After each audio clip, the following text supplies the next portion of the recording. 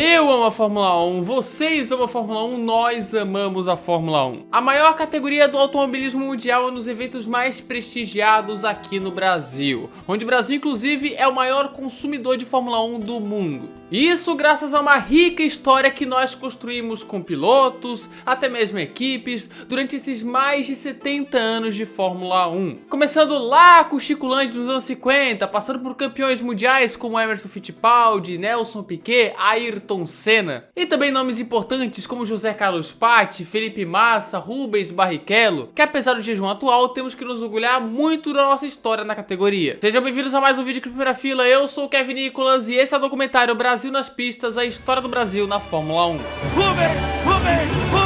Rubens Barrichello do Brasil! É o Brasil para ganhar com o Felipe Massa, você merece, Felipe!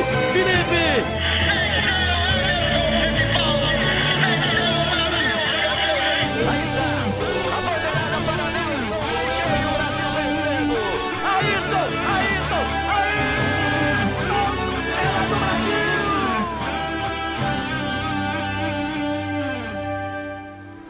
Antes de começar a falar do envolvimento e da história do Brasil na Fórmula 1, precisamos relembrar o que acontecia antes mesmo da Fórmula 1, ou seja, antes de 1950 e até mesmo no pré-guerra. A história do automobilismo brasileiro começou lá no início do século XX, no dia 26 de julho de 1908, com a primeira corrida realizada aqui no país. Num circuito de 75 km, indo de São Paulo a Itapecerica da Serra e voltando. E essa primeira prova foi vencida por Silvio Álvares Penteado. Após isso, provas nos estados de São Paulo e Rio de Janeiro se popularizaram. Em especial o Grande Prêmio da cidade do Rio de Janeiro, disputado no circuito da Gávea, chamado de Trampolim do Diabo. Realizado em 12 edições entre 1933 e 1954, quando os carros estavam se popularizando no país, onde tivemos 5 vitórias brasileiras. Com Manuel de Tefé em 1933, com Irineu Corrêa em 1934 e o Grande Chico Landi em 1941, 1947 e 1948, incluindo nessas corridas alguns pilotos que estariam na Fórmula 1, como por exemplo José Froilán Gonçalves, que venceu a prova de 1952 e venceria 2 corridas na Fórmula 1. E como dito, o Chico Landi foi o maior vencedor das corridas na Gávea e também o maior nome do automobilismo brasileiro na época. E coube a ele, em 1951, na segunda temporada da história da Fórmula 1, a ser o primeiro piloto brasileiro na categoria. Chico Landi estreou em 1951 numa equipe privada brasileira chamada Francisco Landi, o seu nome, e que corria de amarelo porque era a cor do Brasil na Fórmula 1, assim como o vermelho era a cor da Itália e o verde era a cor da Inglaterra. Equipes privadas existiam nessa época e se tratavam de equipes que não fabricavam seus próprios chassis. Landi usou o Maserati 4CLT48 nos GPs da Alemanha e da Espanha, da qual não chegou a ir para a pista, e uma Ferrari 375 no GP da Itália daquele ano. Landi também correu em outra equipe privada brasileira, a Escuderia Bandeirantes, nos anos de 52 e 53, cujo melhor resultado foi o 8º lugar. E em 53 também correu na italiana Escuderia Milano, todas elas usavam Maseratis. E seu melhor ano foi em 1956, quando fez uma corrida só pela equipe principal da Maserati, conquistando então seus primeiros pontos e os primeiros do Brasil na Fórmula 1, conquistando 1,5 ponto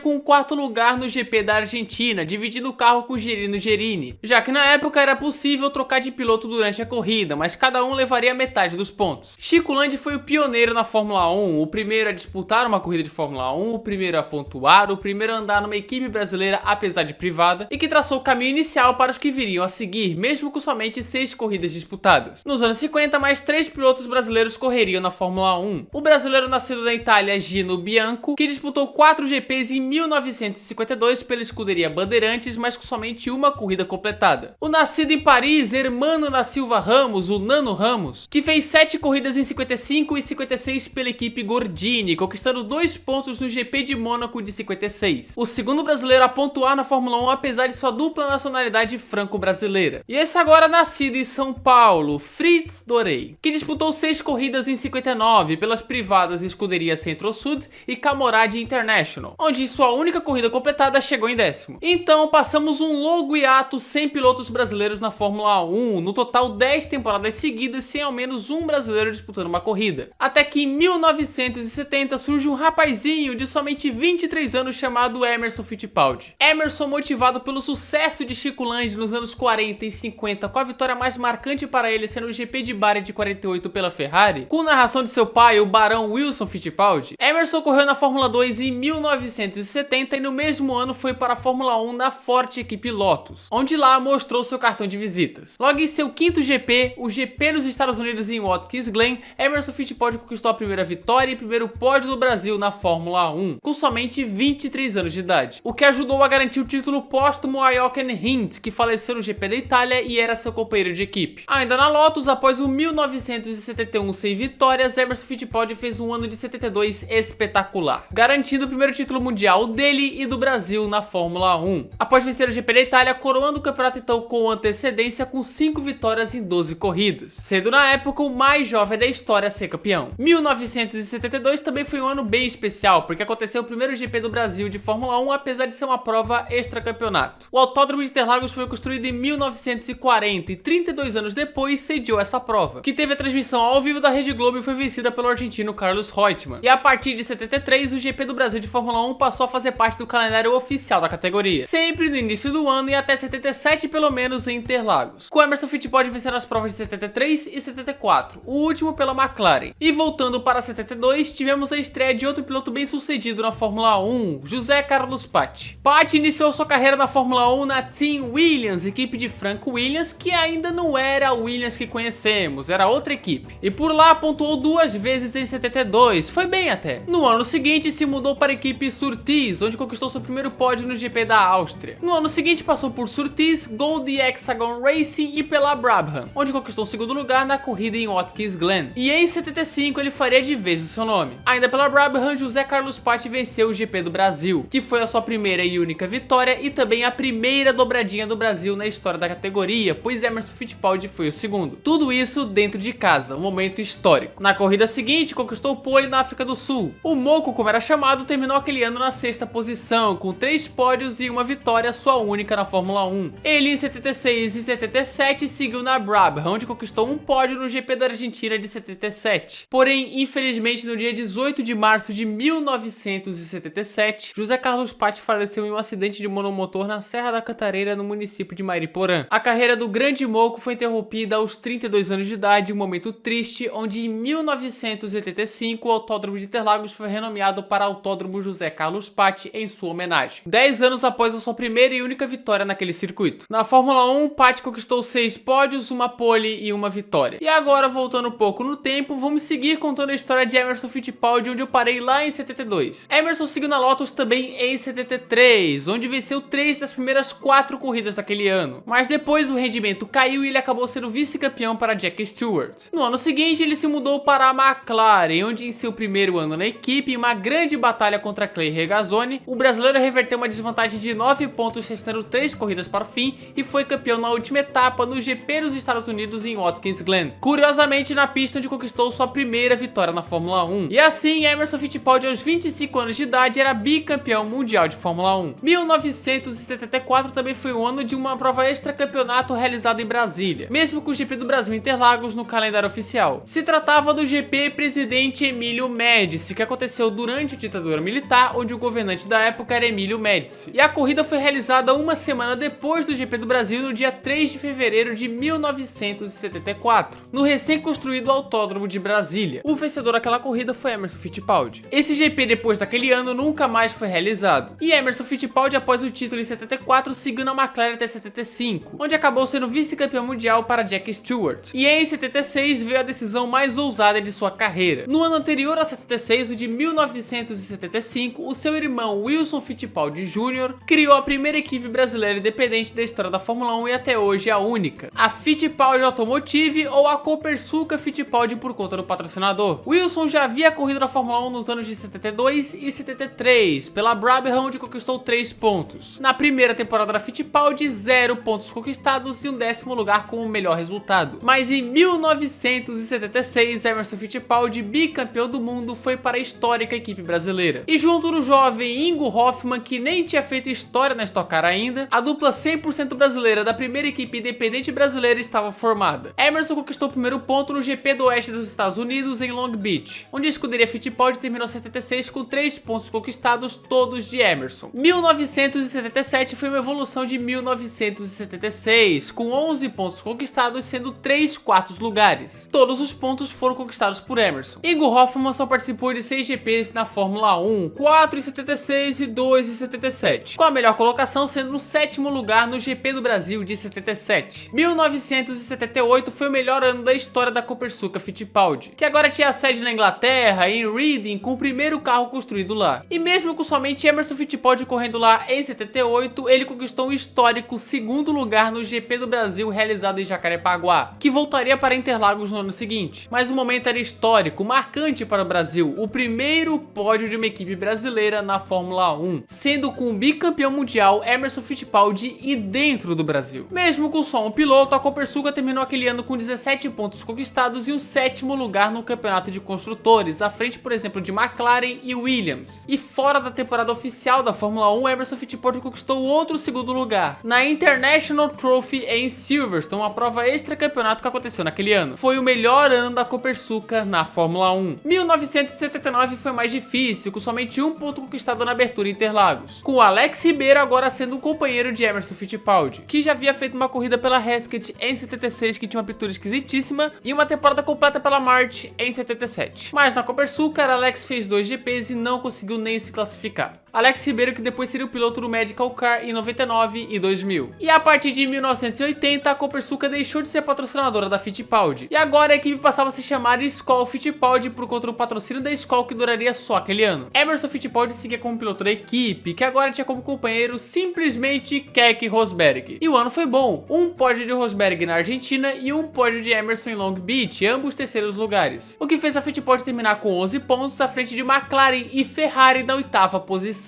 Fittipaldi, no entanto, saiu da Fórmula 1 no final daquele ano, com 2 títulos mundiais, 14 vitórias e 35 pódios, sendo um dos nomes mais importantes do país na Fórmula 1. E para muitos, o pioneiro. Em 81, Keke Rosberg seguiu na equipe e tinha como companheiro agora Chico Serra, que foi um grande campeão da Stock. Mas aquele ano foi 100 pontos para Fittipaldi. E por fim, em 1982, o último ano da equipe, Chico Serra foi o único piloto daquele ano e pelo menos conquistou um pontinho no GP da Bélgica. Serra, que ainda pilotaria a Erros em 83, só que sem pontuar. E assim, ao final de 1982, encerrava ali a história da escuderia Fittipaldi, ou Copersucar Fittipaldi, a primeira equipe independente brasileira da história da Fórmula 1 e que acabou por, infelizmente, falta de grana. Uma equipe que teve nomes como Emerson Fittipaldi e Keke Rosberg no volante, e nos bastidores teve nomes como Ricardo de Villa, Harvey Postlethwaite, Joe Ramirez e simplesmente Adrian Newey. Sim, Adrian Newey fez parte da equipe Fittipaldi. 2 campeões mundiais como pilotos e outros monstros da engenharia e da administração na equipe. Que história da Fittipaldi Automotive, ou aqui para o Brasil, Escuderia Fittipaldi. E para fechar o tópico 1970, tivemos outro piloto brasileiro na Fórmula 1. Luiz Bueno, que fez apenas o GP do Brasil de 1973 pela Surtees, onde chegou na 12ª posição. E no fim dos anos 70, em 1978, pela pequena equipe Insign, estreava Nelson Piquet. Carioca que tinha o sonho de ser jogador de tênis, mas sem sucesso migrou para o automobilismo, onde foi campeão da Fórmula 3 britânica. Então estreou na Fórmula 1 em 78 pelas pequenas Insign, BS Fabrications, que era uma equipe privada da McLaren, e por fim fez o GP do Canadá daquele ano pela Brabham. Seus primeiros pontos vieram no GP da Holanda de 1979 pela Brabham em sua primeira temporada completa. Em 80 teve a temporada de sua consolidação na Fórmula 1, com 3 vitórias e um vice-campeonato conquistado. Justo em uma temporada em que pela primeira vez todas as corridas daquele ano seriam transmitidas na TV, pela Band.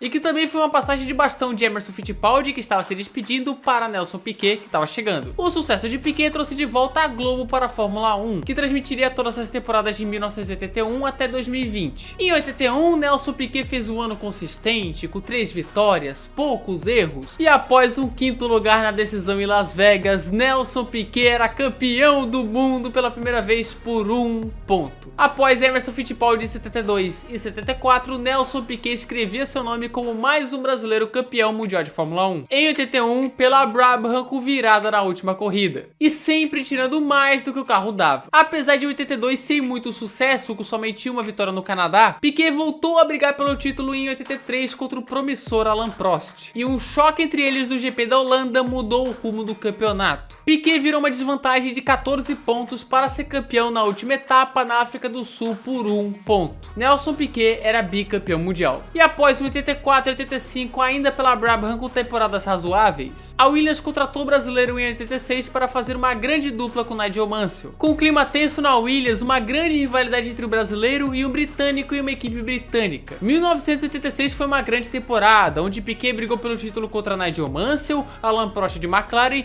e um certo brasileiro da Lotus que eu vou falar mais à frente. No fim, a última etapa na Austrália teve Nigel Mansell com o pneu furado e Piquet realizando o pit stop de precaução. E com isso, Alain Prost foi campeão e Nelson Piquet foi o terceiro colocado naquele campeonato. Mas no ano seguinte, Nelson Piquet finalmente buscaria o tri. A Williams era disparada a melhor equipe daquele ano e a briga seria obviamente Mansell versus Piquet. Porém, Piquet sofreu um forte acidente na Tamburello em Imola que o deixou de fora daquela corrida. E segundo o próprio, fez ele ficar meio segundo mais lento. O brasileiro da Williams, porém, fez uma grande temporada, mesmo com somente 3 vitórias. No entanto, foram 11 pódios em 16 corridas. E com essa consistência, ele foi campeão em Suzuka com antecedência, após um forte acidente de Mansell nos treinos. Assim, Nelson Piquet era tricampeão do mundo em 81, 83 e 87. 2 pela Brabham e 1 pela Williams. Em 88, Nelson Piquet foi para a Lotus e um contrato de muita grana na época, mas só conquistou 3 pódios em 2 temporadas, todos eles em 88. Em 1990, ele foi para a Benetton, onde venceu os GPs do Japão e da Austrália com direito à dobradinha brasileira no Japão. E a sua última vitória foi no GP do Canadá de 1991, seu circuito mais vitorioso, com direito ao rival Nigel Mansell parando na última volta. E ao final daquele ano, se encerrava a carreira de Nelson Piquet na Fórmula 1, com 3 títulos mundiais,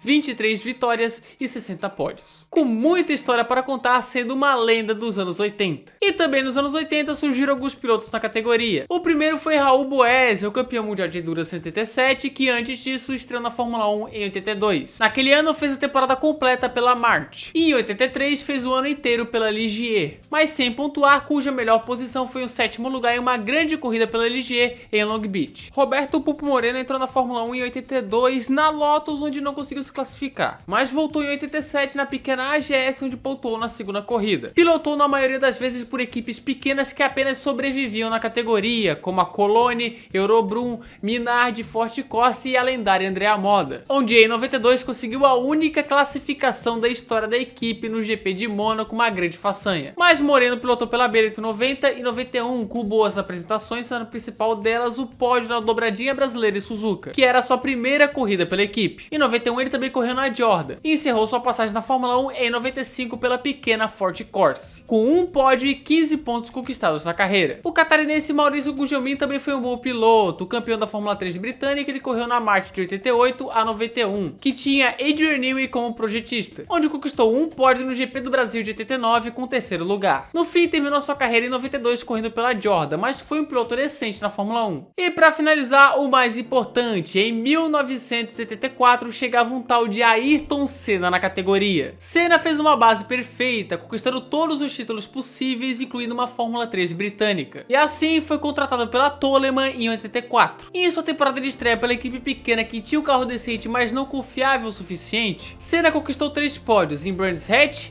em Estoril e, é claro, na lendária apresentação no GP de Mônaco de 1984, onde em uma chuva torrencial, Senna largou de 13º, deu aulas de pilotagem na chuva e chegou em segundo. Poderia ter sido uma vitória se a corrida não tivesse sido interrompida no meio. Senna terminou aquele ano no top 10, sendo um dos principais talentos da Fórmula 1, se não o principal, e a Lotus o contratou para o ano seguinte. E uma equipe boa, mas que não era de ponta, ele conquistou sua primeira vitória em Portugal logo na segunda corrida de 85 em condições dificílimas na chuva, ano em que também venceria uma grande exibição na Bélgica. No ano seguinte, Senna mostrou ao mundo por que ele era um talento tão badalado. Ele brigou pelo título contra Piquet, Mansell e Prost em uma equipe inferior apesar de boa. Venceu o GP da Espanha no photo finish e o GP de Detroit, que consagrou a sua comemoração carregando a bandeira brasileira após a vitória, e também o fez ser líder do campeonato, porém não conseguiu durar até o fim na briga. Em 87 ele venceu sua primeira corrida em Mônaco, local onde seria rei, e também em Detroit para terminar o ano numa excelente terceira colocação. Ali, todos sabiam já quem era Ayrton Senna, incluindo a McLaren, que o contratou para 1978, fazendo dupla com até então bicampeão Alain Prost. E com a McLaren Honda imbatível, os dois fizeram história. E um ano em que a McLaren conquistou 15 das 16 corridas, Senna conquistou 13 poles e 8 vitórias, incluindo a do título, no Japão, em uma das maiores corridas de recuperação que a Fórmula 1 já viu, caindo para 14º na largada, mas se recuperando e vencendo para ser campeão. Eis o primeiro título da carreira de Senna na Fórmula 1. Ali, ele já era um ídolo do país. Fittipaldi foi o pioneiro, o primeiro campeão. Nelson Piquet resgatou a popularidade da categoria no país. E Senna tratou de transformar a Fórmula 1 em algo quase sagrado, onde todos paravam para poder vê-lo nos finais de semana. Em 89, a rivalidade de Senna e Prost esquentou, começando com o acordo não cumprido por Senna no GP de San Marino segundo Prost, e que terminou com o choque entre os dois em Suzuka, uma das imagens mais polêmicas e marcantes da história da categoria. Prost jogou o carro em cima de Senna, o francês abandonou, o brasileiro não. Senna voltou pela área de escape, foi para os boxes, ultrapassou Nannini e venceu, adiando então o título de Prost. Porém, ele foi desclassificado justamente por voltar pela área de escape. Ayrton e a McLaren tentaram reverter a decisão, porém Prost era o campeão. No ano seguinte, Berger era o seu companheiro, porque Prost foi para a Ferrari porque, segundo ele, era impossível trabalhar com Ayrton. Após uma boa temporada, Senna chegou para o GP do Japão, podendo ser campeão, com 9 pontos à frente de Prost. E lá ele deu troco. Na curva 1, Senna jogou o carro em cima de Prost e encerrava o campeonato ali. Ayrton Senna era bicampeão do mundo, de forma também polêmica e com um troco histórico. Em 91, Senna tinha como rivais Nigel Mansell e a Williams, onde o brasileiro fez o início quase que perfeito, com 4 vitórias nas primeiras 4 corridas, incluindo a épica vitória no Brasil, a primeira dele em casa, com somente a 6ª marcha nas voltas finais. Ayrton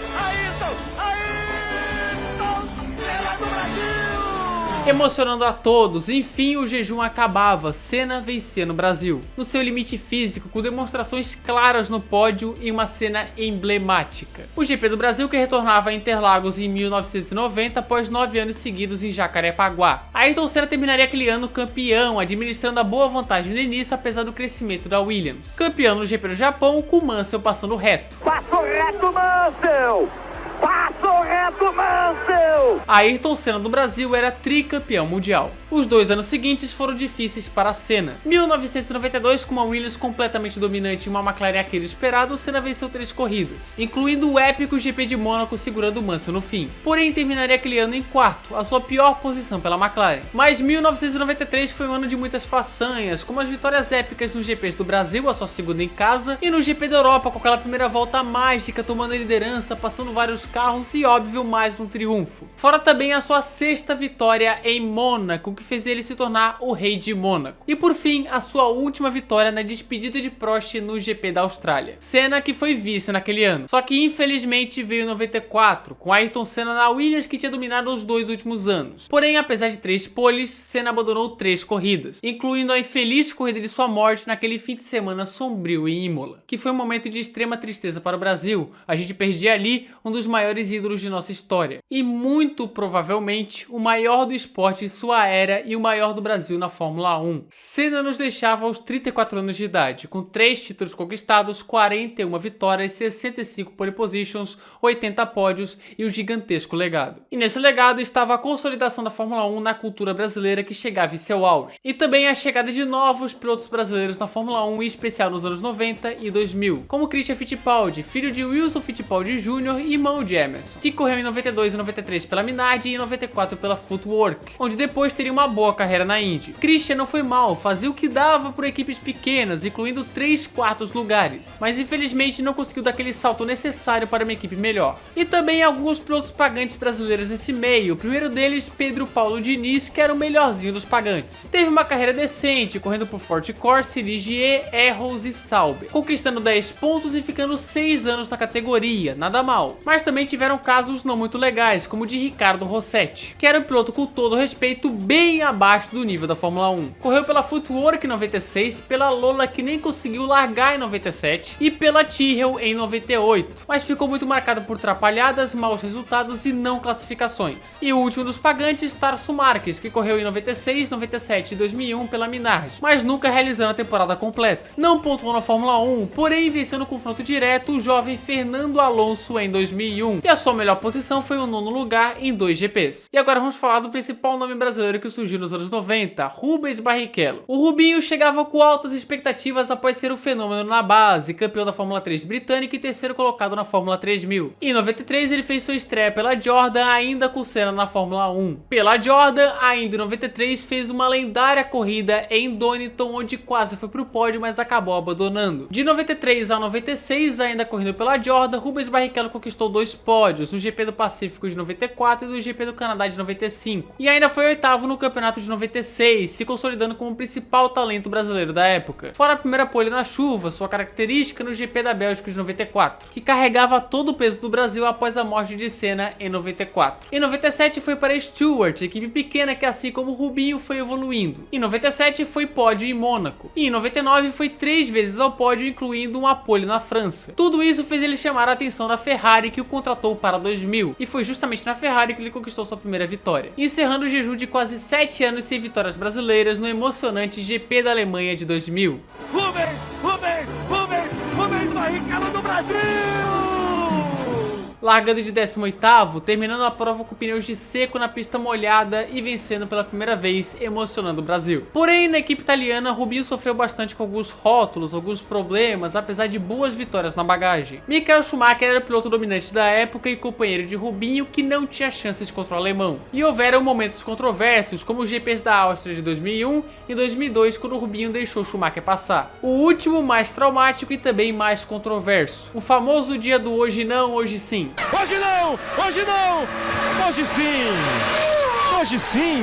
Na Ferrari, onde ficou até 2005, um bom tempo, Rubinho conquistou 9 vitórias, algumas épicas como os GPs da Inglaterra e do Japão em 2003 e 2 vitórias na Itália. Fora 2 vice-campeonatos em 2002 e 2004, atrás apenas do inalcançável Schumacher. Rubinho sairia da Ferrari ao final de 2005 para se juntar à equipe Honda a partir de 2006. E no período da virada de século, da virada do milênio, alguns pilotos brasileiros surgiram, como Ricardo Zonta, campeão da Fórmula 3000, promessa que aterrissou na BAR em 99. Porém, na novata equipe britânica, Zonta em 99 e 2000 conquistou apenas 3 pontos, cujo melhor lugar foi um 6º. Zonta ainda faria corridas pela Jordan e pela Toyota, mas apenas como substituto, onde saiu em 2005. Luciano Burti foi outro piloto que teve razoável sucesso na base, que recebeu uma oportunidade na Jaguar no GP da Áustria de 2000 apenas como substituto, mas que chegou em 11º. Em 2001 ele viraria titular da Jaguar, onde ficou por apenas 4 corridas, antes de ser substituído por Pedro de la Rosa. Foi para a Prost no mesmo ano, onde sofreu um fortíssimo acidente em Spa que quase tirou sua vida, mas ficou tudo bem com Burti, ainda bem. Burti terminaria ali a sua carreira na Fórmula 1 sem pontos conquistados, mas depois disso, a partir de 2004, virou comentarista na Globo. Henrique Bernoldi fez apenas 2 temporadas na Fórmula 1, 100 pontos conquistados em 2001 e 2002 pela Arrows, mas o suficiente para alugar um prédio na cabeça de David Coulthard. O brasileiro segurou o escocês, que brigava com Schumacher pelo campeonato por 36 voltas no GP de Mônaco de 2001, que impediu o avanço de Coulthard no pelotão. Mas infelizmente isso foi o máximo que Bernoldi fez na Fórmula 1, saindo após a falência da Arrows em 2002. Cristiano da Mata chegou na Fórmula 1 em 2003 após ser campeão da kart e em 2002 aqui chamada de Fórmula Mundial. Na equipe Toyota, o mineiro fez boas apresentações, a mais marcante delas no GP da Inglaterra de 2003, onde liderou por 17 voltas, segurando Kimi Raikkonen. Com 13 pontos conquistados na categoria, Cristiano da Mata foi demitido na metade de 2004 pela Toyota. O motivo foi problemas internos com a equipe. Outro que também entrou em 2003 foi Antônio Pizzonia na Jaguar, onde ficou mais marcado por ter capotado o presidente da Jaguar em Barcelona. Pizzonia se destacaria mais em 2004 e 2005 como substituto na Williams, substituindo Ralf Schumacher em 2004 e Nick Heidfeld em 2005, conquistando 8 pontos no processo, com boas corridas até, mas nada além disso. E é claro, não posso me esquecer dele, Felipe Massa. Massa foi um piloto que conquistou quase tudo na base e chegava com moral para 2002, quando foi contratado pela Sauber com o apoio da Ferrari. Mas o 2002 dele foi de um Massa rápido, porém errático, que fez ele ficar fora do grid em 2003. Porém, Massa retornou em 2004 e impressionou a Ferrari de vez. Com 2 boas temporadas em 2004 e 2005 pela Sauber com ótimas performances, a Ferrari o contratou para o lugar do compatriota Rubinho, que sairia no final de 2005. Com muita responsabilidade, sendo companheiro de Michael Schumacher, Felipe foi construindo seu espaço aos poucos. O primeiro pódio veio em Nürburgring e a primeira vitória na Turquia para a consolidação dele na categoria, em um circuito muito que Massa dominaria nos anos seguintes. Felipe também venceu o GP do Brasil, pela primeira vez o brasileiro vencia em casa desde 1993, com o clássico macacão verde e amarelo na despedida de Schumacher da categoria. Nos 2 anos seguintes, agora sem Schumacher, Felipe Massa assumiu o protagonismo. Em 2007, Massa foi muito competitivo, venceu 3 vezes no Bahrein, na Espanha e na Turquia, mas com quebras e inconsistências, Massa terminaria aquele ano apenas na 4ª posição. Já 2008, esse sim foi o ano da carreira de Massa, onde brigou pelo título até o fim, com vitórias no Bahrein, na Turquia, na França, em Valência, na Bélgica e por fim, em casa no Brasil. Massa encerrou o jejum de 15 anos sem um brasileiro ser líder de um campeonato na Fórmula 1 e no fim foi campeão por apenas 38 segundos. E o Glock não aguentou e não resistiu. A temporada que teve várias decepções, as principais delas na Hungria e em Singapura, terminou com Hamilton passando o Glock na última volta da temporada para ser campeão. Massa, porém, chegou para 2009 buscando a redenção, mas a Ferrari não ajudava. Ainda assim, era o melhor do resto até seu terrível acidente na Hungria, onde uma mola que saía do carro de Rubens Barrichello acertou seu capacete. Massa, apesar do enorme susto, quase perdendo a vida, recebeu alta 21 dias depois. Esse GP da Hungria também foi o último de brasileiro que surgiu lá em 2008 que causou muita polêmica. Nelsinho Piquet, filho de Nelson Piquet, que foi vice da GP2 em 2006, foi contratado pela Renault em 2008. Para ser companheiro de Alonso, e Briatore, além de chefão, era seu empresário. Nelsinho conquistou um pódio na Alemanha, na última vez em que 2 brasileiros estiveram no pódio, mas tinha resultados inconstantes, pontuou apenas 5 vezes em 2 anos e foi demitido na metade de 2009 por maus resultados. Mas ele ficou mais conhecido por ter batido de propósito no GP de Singapura de 2008 a mando de Flávio Briatore e Pat Simmons, que acabaria mudando a história daquele campeonato. Nelsinho não foi punido, mas teve sua imagem manchada apesar de estar fora da Fórmula 1 quando o escândalo estourou. Também em 2009, Rubens Barrichello ressurgia. Após 3 anos de Honda com apenas um pódio conquistado no GP da Inglaterra de 2008 e carros ruins em 2007 e 2008, o veterano brasileiro que era recordista de corridas na época fez parte da lendária Brown GP, equipe de Ross Brown que surpreendeu o mundo e dominou a primeira metade de 2009. E Rubinho na segunda metade cresceu demais, vencendo os GPs da Europa e Valência, a 100ª vitória brasileira